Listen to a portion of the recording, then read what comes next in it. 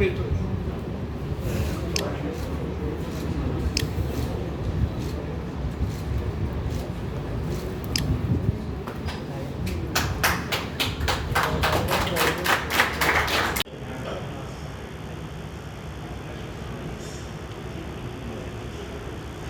जो एक process of internal subversion है, उसकी पैठ कितनी है, उसकी गहराई कितनी है, उस पे आज हम अपने जो गणमान्य हमारा ये है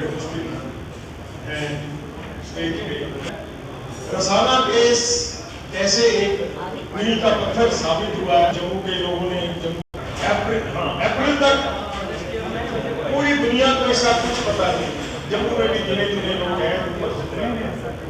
अच्छा, और पूरा इंटरनेशनल मीडिया और नेशनल मीडिया और वेबसाइट सब के ऊपर और बच्ची का नाम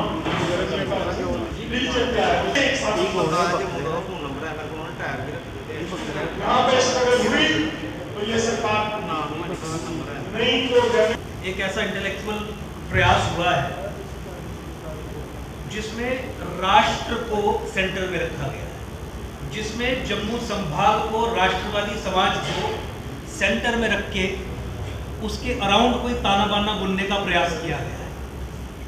तो सबसे पहले पूरे जम्मू संभाग की तरफ से, जम्मू कश्मीर के हिंदू समाज की तरफ से, डोगरा समाज की तरफ से, पूरे राष्ट्रवादी समाज की तरफ से मैं बहुत बहुत बहुत बधाई और धन्यवाद देना चाहता हूँ मैडम जिन्होंने पहली बार एक पैराडाइमल शिफ्ट पूरी इंट्रोड्यूस करके कि पहले तो सब कुछ कश्मीर सेंट्रिक होता था, नैरेटिव कश्मीर सेंट्रिक होता था, इस्लामिस्ट नैरेटिव होता था, कम्युनिस्ट नैरेटिव होता था, एंटी जम्मू नैरेटिव होता था, एंटी हिंदू नैरेटिव होता था, एंटी डोगरा नैरेटिव होता था। उन सबको पार पाके ट्रांसेंड करके एक पैराडाइम शिफ्ट करके ये किताब लिखी है, जो मुझे लगता है कि जम्मू संभाग की गीता के रूप में आपके सामने आज पेश की जा रही है। अ गर्ल फ्रॉम कठुआ, और टाइटल ही देख लीजिए, सैक्रिफिशियल लैम्ब फॉर गजवाए हिंद। तो आप किताब के टाइटल से ही समझ सकते हैं कि किस दृष्टिकोण से इस किताब को लिखने का प्रयास किया गया।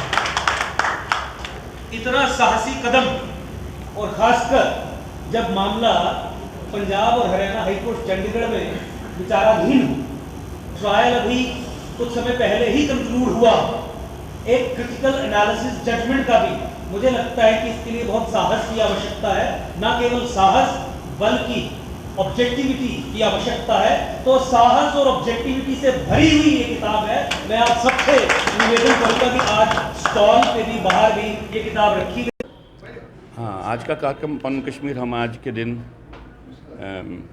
एक सेमिनार कर रहे हैं जिसमें हाल ही में लिखी हुई एक पुस्तक जो रसाना कांड था, उसके विभिन्न पहलुओं पर एक देश की जानी पहचानी जो जर्नलिस्ट और इंटेलेक्चुअल है मधु किश्वर ने उसको लिखा है, द गर्ल फ्रॉम कठुआ, उसका विमोचन भी कर रहे हैं।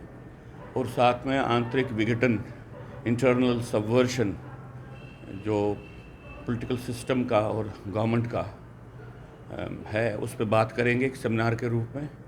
हम समझते हैं कि ये जो एक किताब है द गर्ल फ्रॉम कठुआ, ये इन रिसेंट टाइम्स भारत में इंटरनल सबवर्शन पे एक मेजर स्टडी है, एक यूनिक स्टडी है।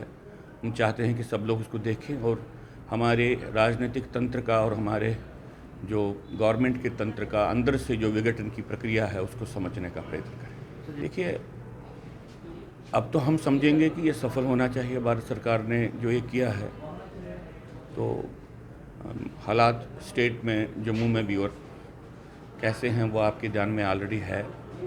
तो हम तो आशा करते हैं कि ये इस G20 का ये पूरा जो ये प्रकल्प है ये सक्सेसफुल हो जाए। और हमारी इच्छा है कि जो भी सरकार ने इसके बारे में अपने निष्कर्षों को रखा है वो बराबर हो जाए। एक बात है इसमें कि यहाँ पे आंतरिक सुरक्षा का माहौल क्या है, इस बात का यह सूचक है कि लगभग सारे हिंदुओं को जो कश्मीर में रह रहे हैं उनको बोल रहा है कि या तो आप घर में रहें या तो आप जम्मू जाएं। तो जो ये हाल ही में कुछ समय पहले सरकार ने कहा कि वहाँ पे सुरक्षा ठीक है, सब कुछ है, वो बिल्कुल सामने आता है।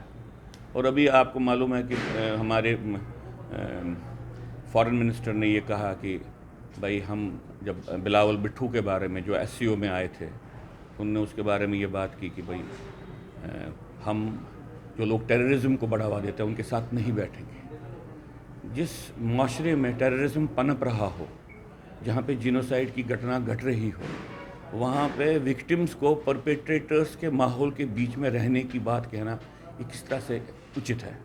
भारत सरकार को ये सोचना चाहिए। हम बहुत समय से कहते आ रहे हैं कि वहाँ पे जो हिंदू एम्प्लॉयज़ हैं उनको रिलोकेट करना चाहिए जम्मू में।